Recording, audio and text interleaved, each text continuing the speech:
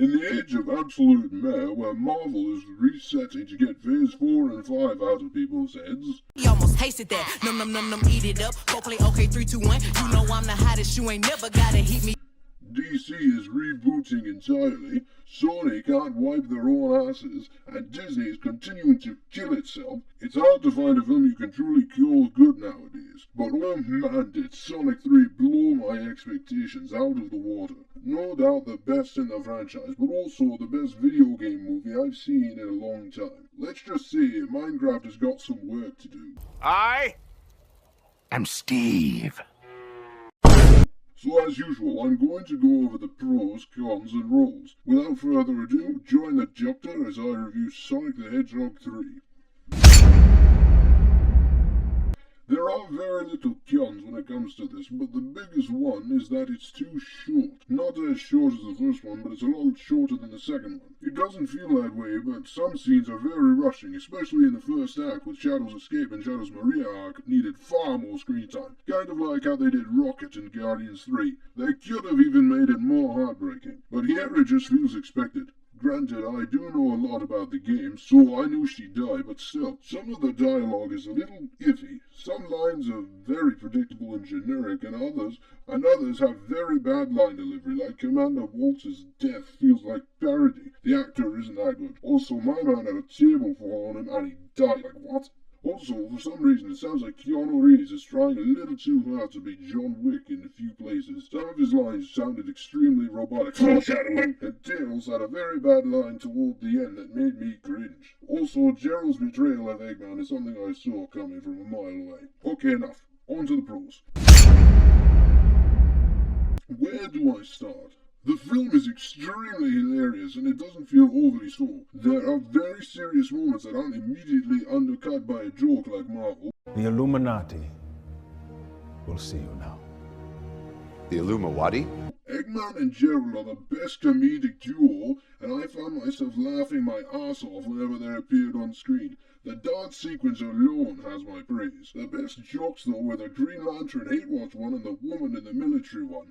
The entire theater laughed at that one, showing the tide is truly turning. Maria's backstory and Shadow's arc were absolutely amazing and sad, and makes me want more of him. Hopefully he'll have a spin-off. Also, the action is absolutely amazing. I mean, if you don't think Shadow riding a motorcycle up a building with a gun is awesome, then you are infected with a brain virus. The opening chase scene is some of the best action we've gotten in the franchise, and the fact that Super Sonic is used again along with Super Shadow is amazingly faithful to the video games. I felt like I was watching Sonic Adventure 2 as a movie because that's what it is. The breaking in heist of Gun was funny as hell and had great action too, with Knuckles breaking into the vault just by punching it. Also, the fact they seem to be setting up a third act separation and then subverted caught me off guard. Sonic and Knuckles seem like they're going to fight and waste time, but Knuckles is the bigger man about it, which is a good subversion, I think. The fact that Sonic is the main character.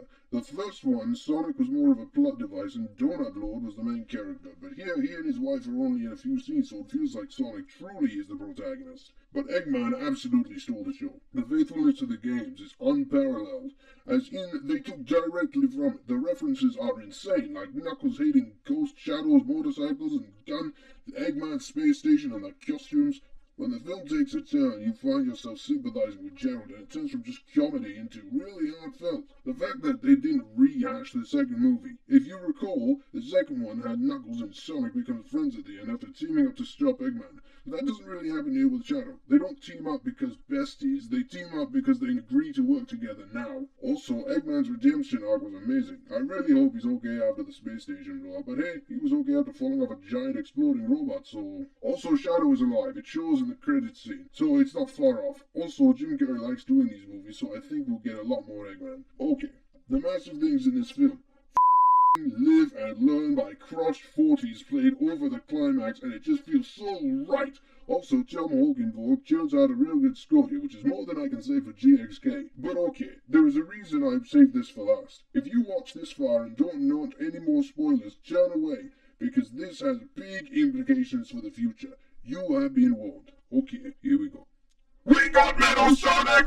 The credit scene picks up after the final scene where Sonic is racing Knuckles and Tails, and he overshot it. All of a sudden, Metal Sonic fights him along with an army of similar drones. He's surrounded and about to be blown up, but then he's saved by a pink hedgehog with a hammer who reveals herself as Amy Rose.